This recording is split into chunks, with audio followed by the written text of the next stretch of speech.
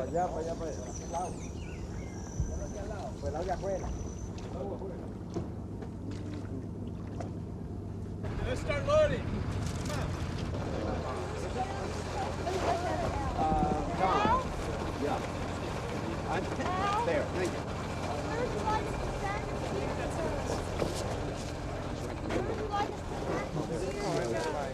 Well, I know, but why don't you go ahead and take it?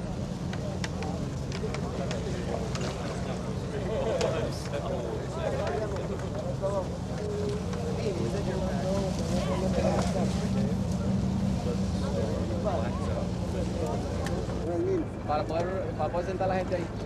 ¿Quién me la va a cortar? ¿Quién me la va a cortar? Be careful of the plastic going out of the door. They belong to the but the rock's still on. And see if we can get it in on the first load in. But I don't know whether it'll span the structure.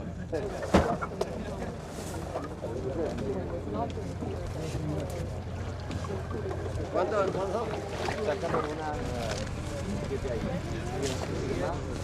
Oh, this is Bill Buck. It's gotta be heavy.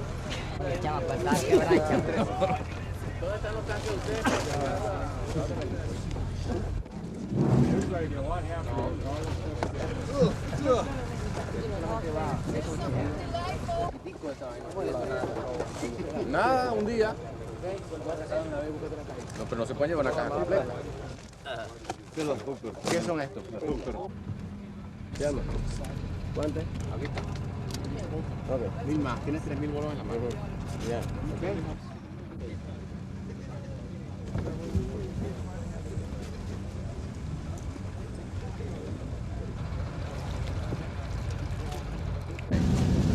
Este porque me primero. Ok, estamos listos. Ok.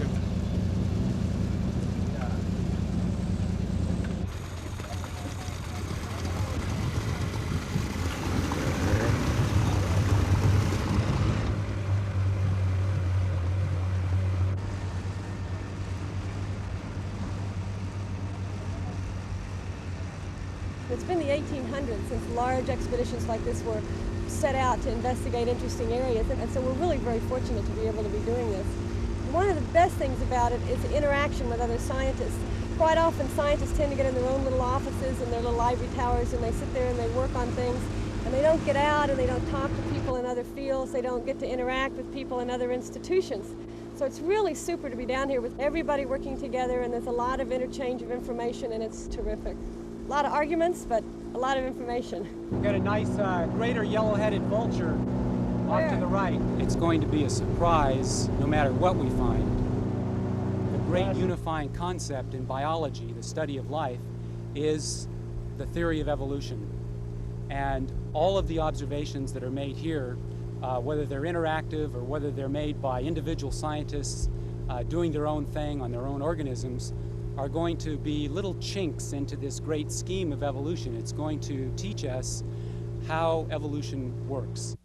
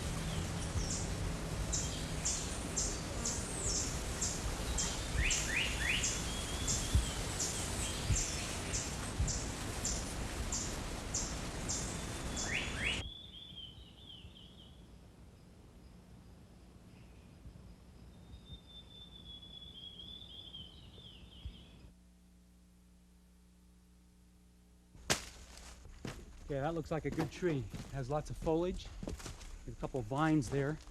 Let's get the plastic laid out. You want it on top of the ground over here? Over across the leaf litter. Yeah, just by Rex here, there's a couple things. Maybe you can just sort of wrap that around the tree, Rex. Vicky, maybe you can move that dried branch out of there. Oh, yeah, look at this vine you all cut. It's full of this white latex. And quite often it's stinging and irritating, so you want to stay away from that.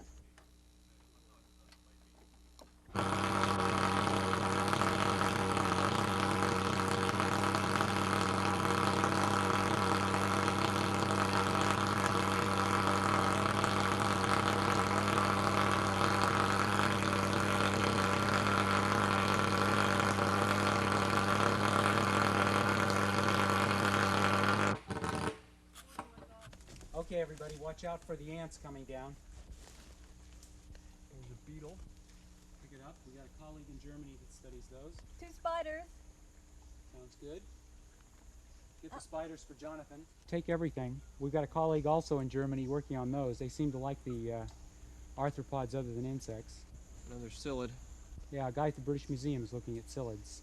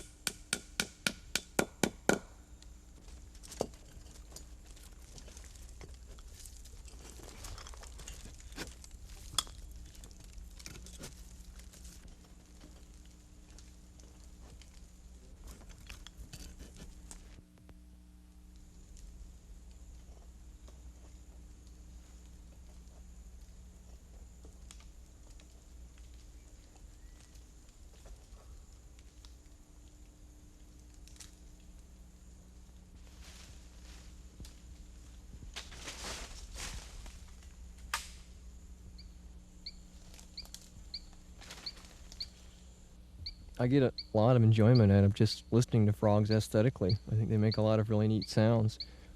And I find that a musical training is a real asset in listening to them and analyzing them.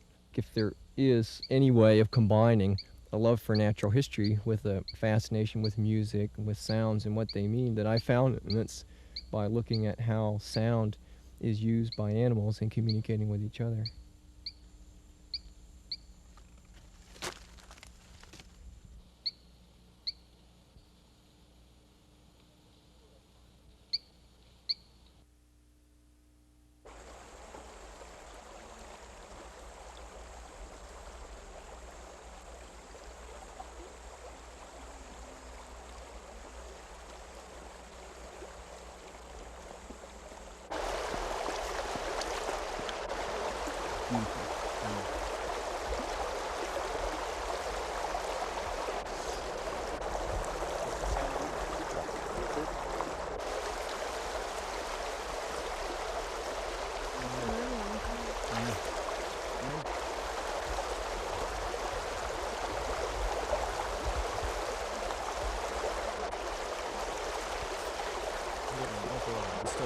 This is the most common. Here's a tiny one though. Yeah, I got one just like that. Probably got 2 species in here. Here's a larva. Is that one of the elm?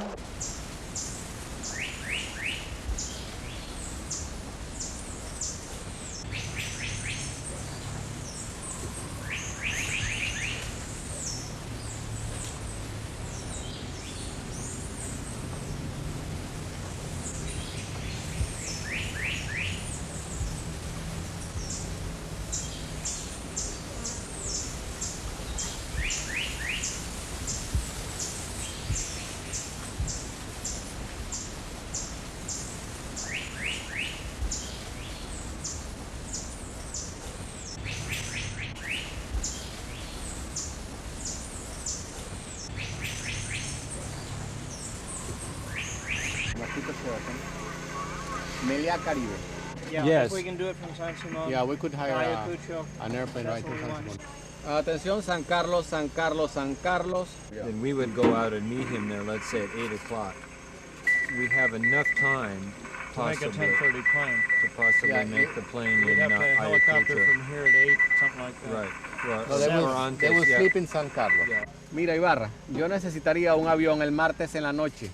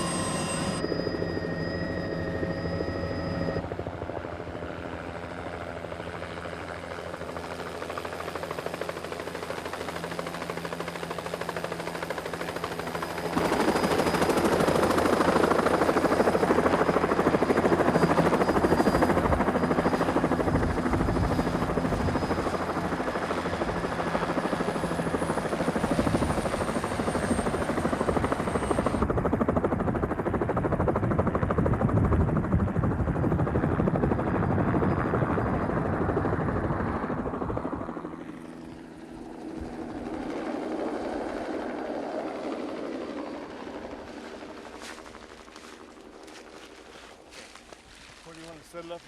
I think we have to use this higher ground here where these shrubs are for any tents. And we could even use the trees for some tarps. Okay. The waterfall is right there and the river is right here. Right so here, okay. The weather holds, we ought to be all right.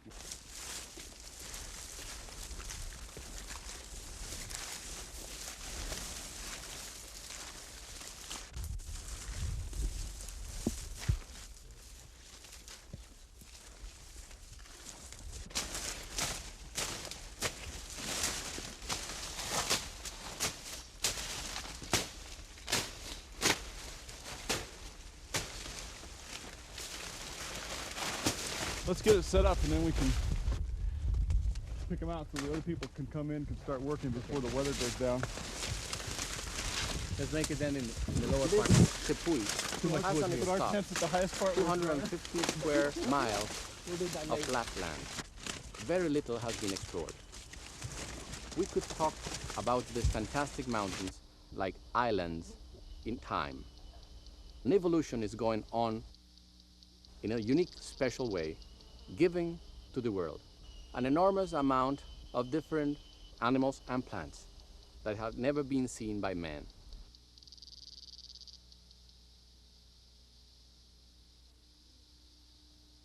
It's almost uniform across all the plants that grow on the top of Neblina. They have the leaves all bunched at the tips of these woody stems, and the wood is very brittle. And when you put just a little pressure on the wood, it just snaps like that. Look at this, man. I think it's because if the leaves were all over the stem, as wet as it is up here, they would be very, very heavy, and the branches might be really susceptible to breaking. But we don't really know, and right now it's just our best guess.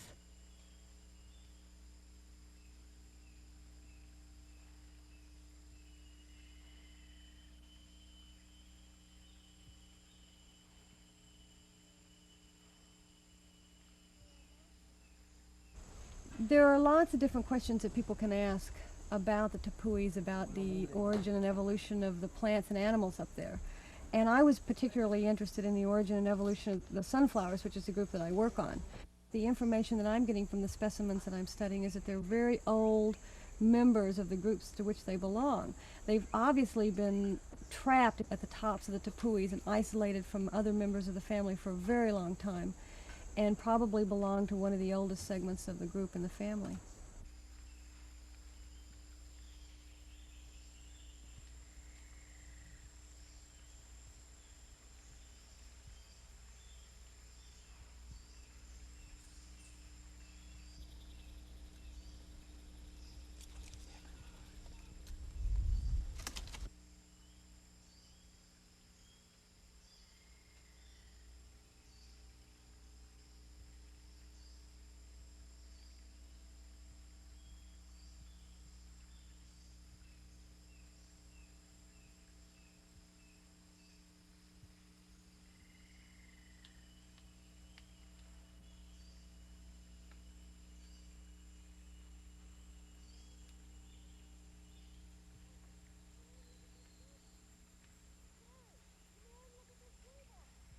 Terry, come here and look at this weevil. Never mind, it flew off. Oh.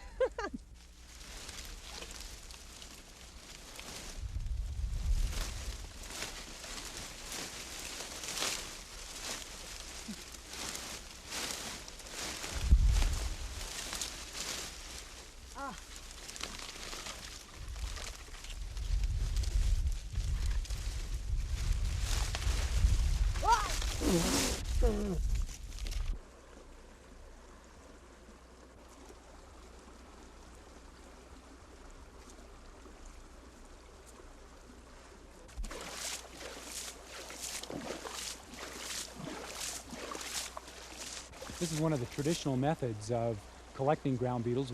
I am using the technique which is called splashing to chase these beetles out from under the stones. God, look at the where color they on hide that during the thing. daytime. It's a fulgorid or a cercopid. It's in the bug order. That's incredible. So far, the collecting's been pretty poor, and we'll probably be out here all night looking for the damn beetles. Terry, come here, look at this. You're not going to believe it. You are not going to believe this. Do you know what this is? What do you got? This is a new tribe record for the tepuis. This has never been collected on any other tepuis, this whole tribe. A new tribe. It's incredible because you know how the sunflowers are divided into 13 groups, all 22,000 species? This group of sunflowers has never been collected on any of the tepuis before. Do you want to hear something else? You're putting your blasted foot on another new tribe. God, they're all over here. Look at this, it's an anulae. It's never been reported from the tepuis either. Darn, I wonder what in the world is causing this down here. Oh, Charles, look at this. What? That new, look. It's that new leptodactyla that we got, and it's got eggs. What are those on the top? Those are the developing embryos. This is incredible. This is one of these things with direct development, parental care, something characteristic of what we get up on high on the mountain. But they don't need water then? No. They don't have tadpoles. They'll probably hatch into very small froglets. I'll bet you this is, this makes my trip. Beautiful. So what did Was you it guys on get? that? Was it on that helianthrus? Yeah. That's Yeah, incredible. but you don't know what we got. No, what I Roy don't. got. Yeah, well, let's see what you got. You think we'll do that's that a big first. surprise? Well, let's see what you the got. caterpillar? Look at here. You remember the frog that we got under our tent over in Camp 2 when we were stranded up here last year? Oh, the one you were so excited about. Yeah, the one the new genus. Well, I just found attending females and eggs. Look at that. You can see And- the developing embryos, the Oh eye my God, spots. you can see the eyes. Yeah, the tail, the whole thing. Look at that. said it's a new genus? Well, that's my best guess. We had no information on it reproductively, but we got calls of it last time. Isn't that pretty uncommon to find a new genus of frogs? It's damn uncommon, but not so uncommon up in these kinds of places. Now, what do you have? I don't know. It's some kind of orchid, but do you know? I don't know which one it is. It's an epidendrum. It's an epidendrum. It's in fruit. these are I've all never seen it. seed pods, right? And What else do you have? I found another one in fruit that we got in flower last time. Look at this. Epidendrum It's durum. it's another epidendrum, but it's in. Why do you suppose they have such bright yellow fruits? Odontoglossum armenii. Those things are amazing. Why do you suppose they're lighter and darker? It may Where be they were in shadow? yeah, I know. Yeah, I it think could it's an age factor. These are already, the bees have No, already but look, visited look, this one look. and picked up a pollinia. Yeah, see, those are young. And they're These darker. aren't opened yet. And they aren't open. And these are old, and the pollinia are already gone, and they're fading. Sounds good for the time What being. else? Here. Here's one in there you go. reproductive. Oh, that's different than Watch the one out, that's don't growing over move there it. then. It's more developed certainly reproductively. Boy, here comes the rain.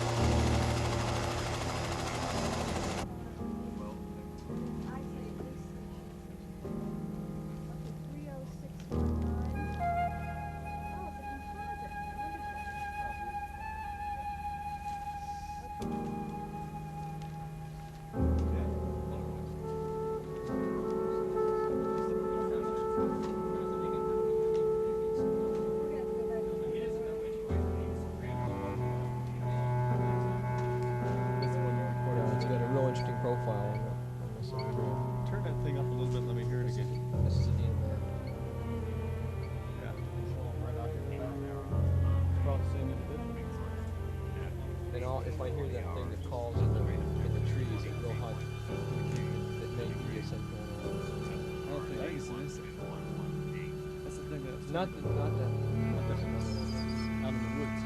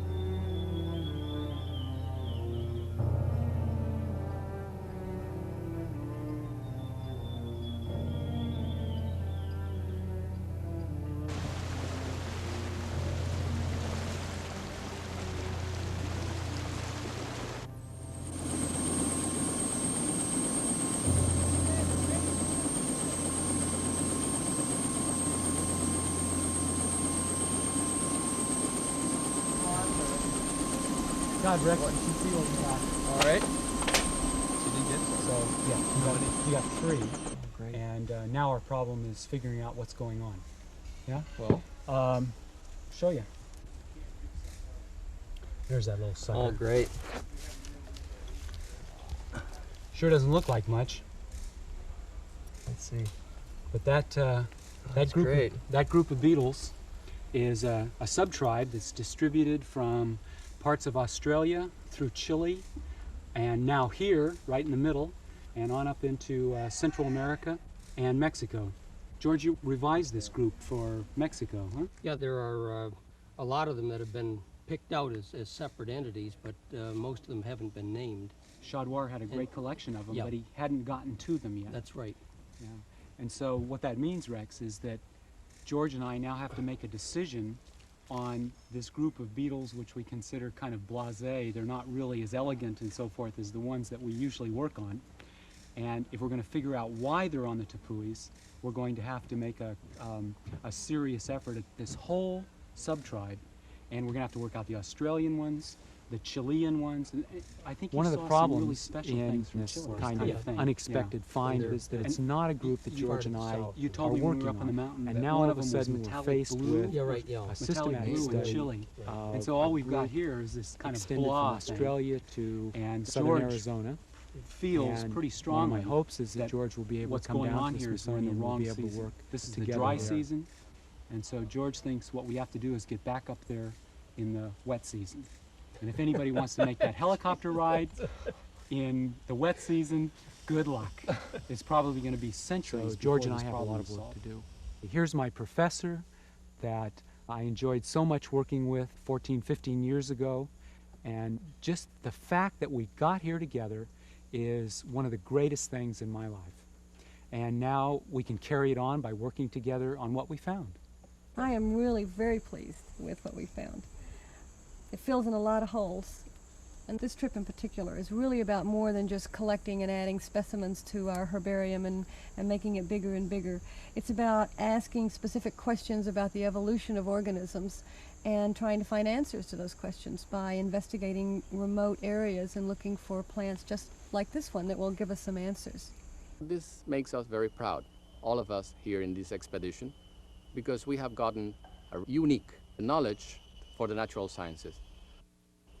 Right now we have hundreds of new species, and every time we get to a new camp, we have an enormous amount of new animals and plants that are new to science, new to the world.